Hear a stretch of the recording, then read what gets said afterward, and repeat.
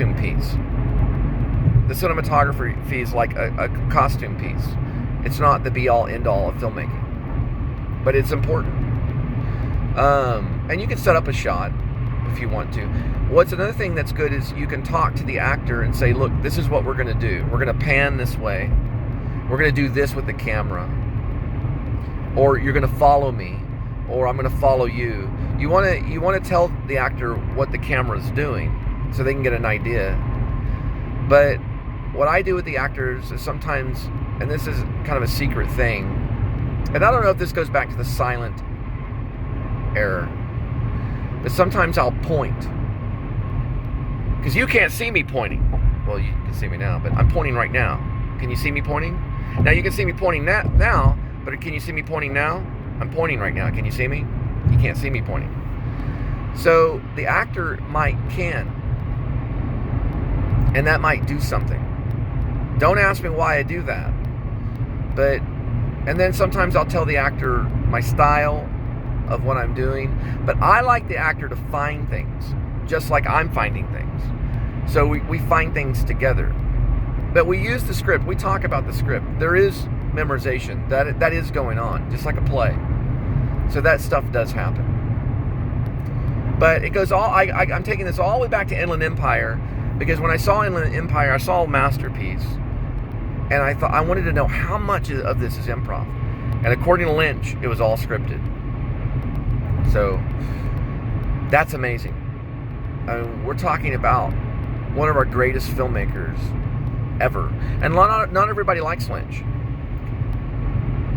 But the important thing is that he's using a script.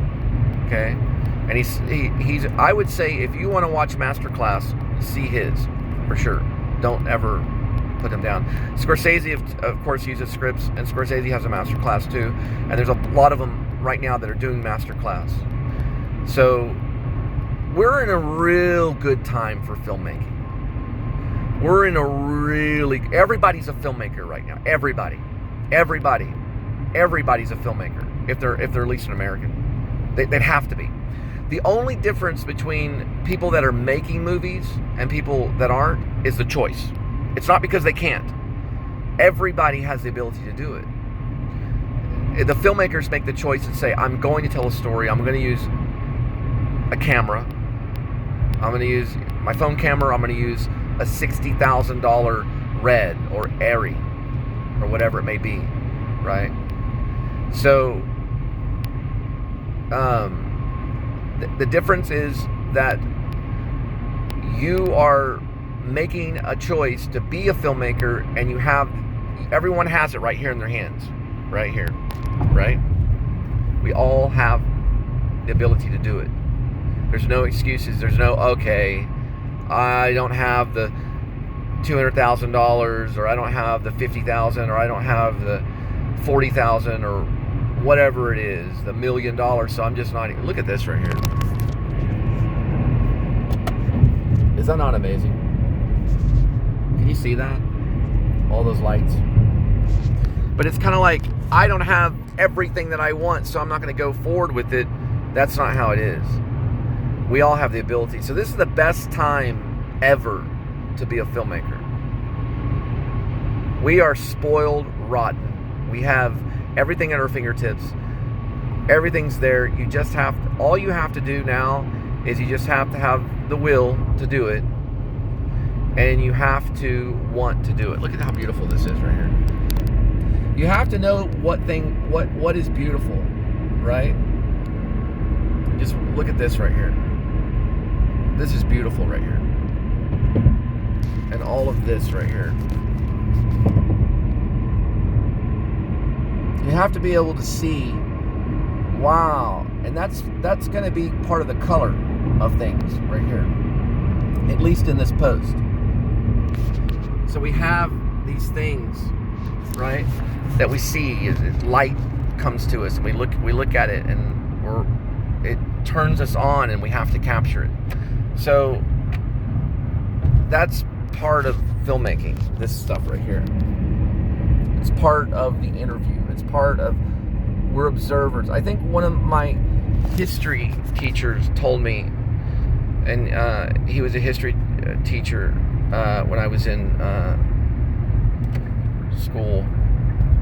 He told me, he said, all we are in life are observers. We're just observing. That's pretty much all we're doing. So observation is part of the story, but you're going to sweat, you're going to hurt, and you're going to think a whole lot, and you're going to premeditate the shot, and you're going to tell the actor certain things. You're going to work hard. It's a monster, and it's going to take over. But just like any playwright back in the Greek times, you'll be celebrated. There'll be a time for celebration. So you always want to keep on going, and the end result is important. The process is even more important. But you'll be celebrated in some form or fashion. And that's a great thing to be celebrated, and to celebrate the film too, and with your friends, because you want to make the film for you. It's your story. Just like when you do a painting, part of that is you that's in that painting. Part of what you're doing is for you, and it's for other people to enjoy. But if you take you out of it, they don't want to see it. They want to see you celebrate the film. And one way or another, you have to do that. So part of this is a celebration, but also part of it is telling a story. And you want to tell a story so you can celebrate. What do we do when we're kids, or even the grown-ups? We want to tell a story. Let me tell you the story. Even the Messiah, when he came down on the planet, he told stories. In a way, he kind of was like a filmmaker in a way. He had everything just lined out for the story that he wanted to tell. And he told the story. So we have that in our blood. We have that. We want to tell a story. It's probably our most important thing in life. You never stop telling stories, because it takes you away from a lot of the pain, and it brings you into a world of hope. And you stick with it, and then you keep telling that story. So, like, what is the difference between a story like Eraserhead, or even The Projectionist, or let's say a story like Citizen Kane, or I don't know, what's something recent that we've seen that's really good, Dunkirk, or 1917, or the difference is that the filmmaker is austere, and he has something that he specifically wants to say. I think Dunkirk was probably something that was about rescuing, a community coming together to rescue. And then maybe 1917 is a little bit about war and innocence, right? And friendship and being a companion. And then you look at Eraserhead, and maybe it's about family, or the disruption of family, and maybe trying to understand family in a weird way. I think ultimately Projectionist is I think it's about how sometimes we get fooled. Illusion, right? Oh my goodness, look at this. These things were just coming right after me. But it's about danger, and it's about obsession, right? Obsession, but also how we can get fooled. So the illusion, right? The projector, especially back in the day, it created an illusion that we could look at and draw us in. And that projector changes over time. The illusion does change. But when we're aware of the illusion, it can help us. But anyway, that's all I wanted to say. And this is probably going to be my great movie experience speech. I think everybody should give out a great movie experience speech.